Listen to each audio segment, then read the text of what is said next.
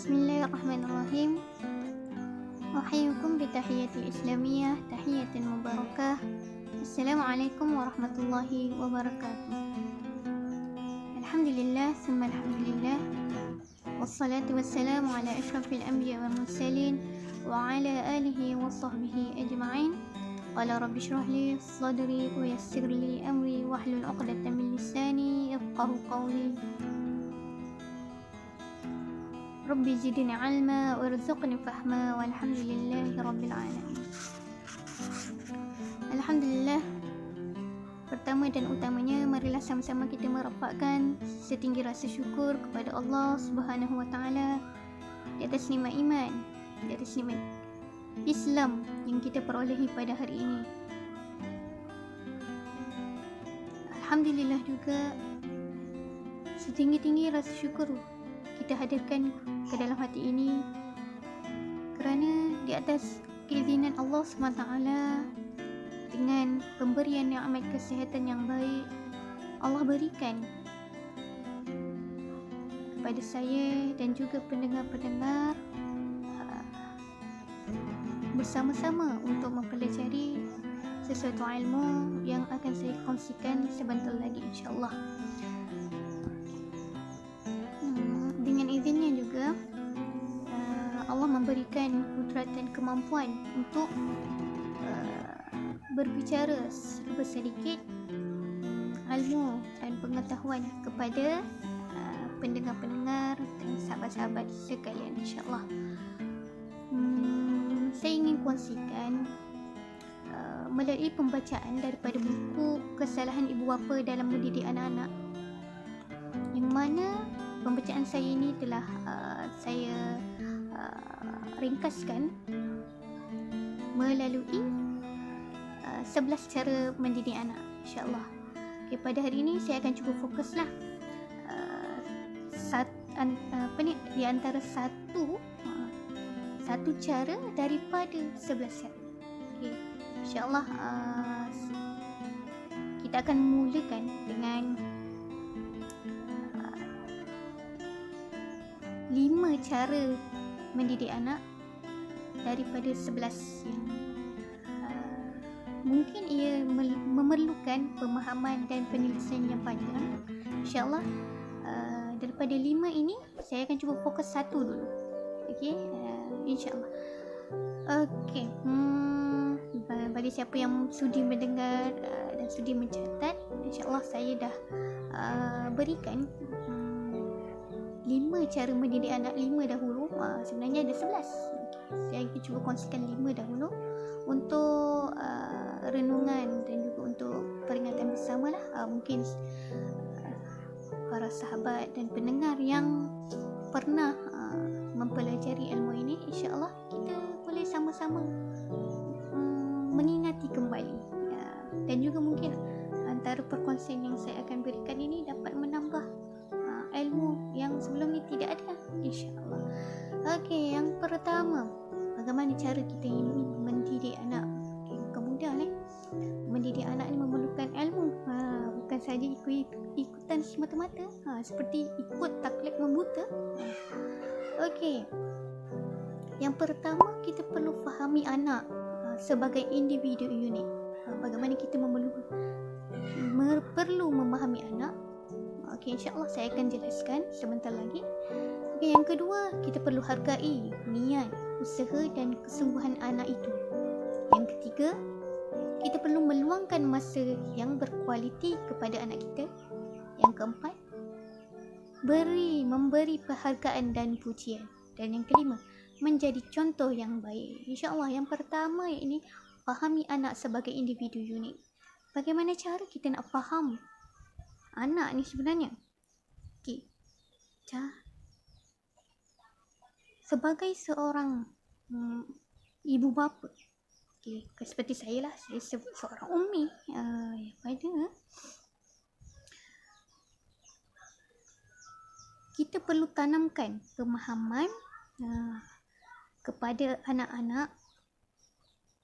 Bukan pada anak-anak, kita perlu fahamkan kepada diri kita bagaimana untuk memahami anak ini. Okay. Sama ada anak ini memiliki karakter seperti yang seperti mana? Anak-anak ni berbeza mengikut pada tahapnya. Karakter mereka ni unik dan berbeza di antara orang yang lain. Mereka ni memiliki bakat dan minat yang berbeza. Disebabkan itulah kita sebagai kedua ibu bapa perlulah memahami anak-anak. Sering berlaku kes terutamanya pada pasangan muda. Pasangan muda ni yang mana pasangan muda ni dia lebih-lebih lagi dia mendapat anak pertama, obsesi terhadap kelahiran anak pertama ni. Orang kata sindrom anak pertama lah, yang mana ibu bapa ni dia terdorong untuk terdorong dan berkeinginan untuk melihat anaknya berjaya. Mereka ni menghadapi simptom seperti mengongkong anak dengan sangat ketat, sampai dia tak memerhatikan aspek-aspek perkembangan dan pertumbuhan intelektual dan psikologi anak. Seperti contoh anaknya tu dia memaksa supaya boleh tulis dan membaca. Hakikatnya anaknya itu tidak mampu dan tidak berupaya dari segi motor, dari segi kemampuan mengordinasikan gerakan tangan, iaitu motor lah, sistem motor tangan itu tidak mampu. Tapi dia memaksa anak untuk membaca dan menulis. Sedangkan Allah SWT sendiri tidak pernah memberi beban yang sangat berat dan tidak mampu yang dipikul oleh hamba-hambanya. Seperti mana firman Allah Subhanahu wa taala, fattaqullaha mastata'tum wasma'u wa ati'u wa anfiqu khairan li anfusikum wa may yuqa syuhha nafsihi fa ulaika humul muflihun. Maksudnya, maka bertakwalah kamu kepada Allah sedaya upaya kamu dan dengarlah serta taatlah dan infaklah harta yang baik untuk dirimu. Ingatlah, sesiapa yang mengawal dirinya daripada tabiat bakhil, maka merekalah orang yang berjaya. Surah At-Taghabun ayat 16. Okey, surah ini ingin saya kongsikan untuk panduan dalam mendidik anak-anak, yang mana kita tidak perlu memaksa sehingga anak tu merasa beban, kerana kita perlu melatih mereka mengikut kemampuannya. Allah pun SWT suruh kita bertakwa mengikut sedaya upaya kita. Gitu juga dalam surah Al-Baqarah, la yukallifullahu nafsan illa wus'aha. Allah tidak membebankan seseorang melainkan sesuai dengan kemampuannya. Ini menandakan bahawa kesanggupan antara satu orang lain dengan lainnya dalam memikul beban dan tanggungjawab adalah berbeza dan mengikut tingkat-tingkat kemampuannya. Kita tak boleh samakan. Mungkin anak orang lain mampu untuk membaca dan menulis, anak kita memerlukan kemahiran memegang pensel yang lebih lama, memahami ilmu ataupun huruf-huruf abjad dengan masa yang lama. Kita didik mengikut kemampuannya. Oleh itu, ibu bapa hendaklah benar-benar mengerti dan faham kemampuan anak, baik dari segi kemampuan kognitif, keterampilan fisik, perkembangan emosi, dan bagaimana cara mereka berinteraksi dengan orang lain.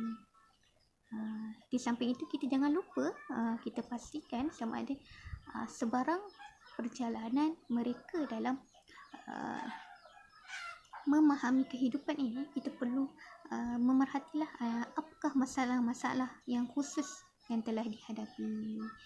Okey, insyaAllah itu sahaja yang dapat saya kongsikan. Mudah-mudahan dengan panduan yang saya berikan pada hari ini dapat memberikan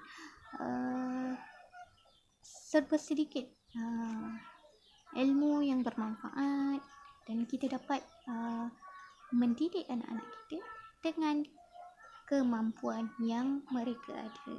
Okay, mudah-mudahan kita dapat fahami anak sebagai individu yang unik, bukan sebagai individu yang dipaksa. InsyaAllah. Selepas ini saya akan kongsikanlah bagaimana cara kita nak hargai niat, usaha dan kesungguhan anak dan seterusnya. Okay, banyak lagi. InsyaAllah kita bertemu pada video yang seterusnya. Hadza faqat minni. Cukup sekadar itu saja daripada saya. Wallahu alam. Assalamualaikum warahmatullahi wabarakatuh.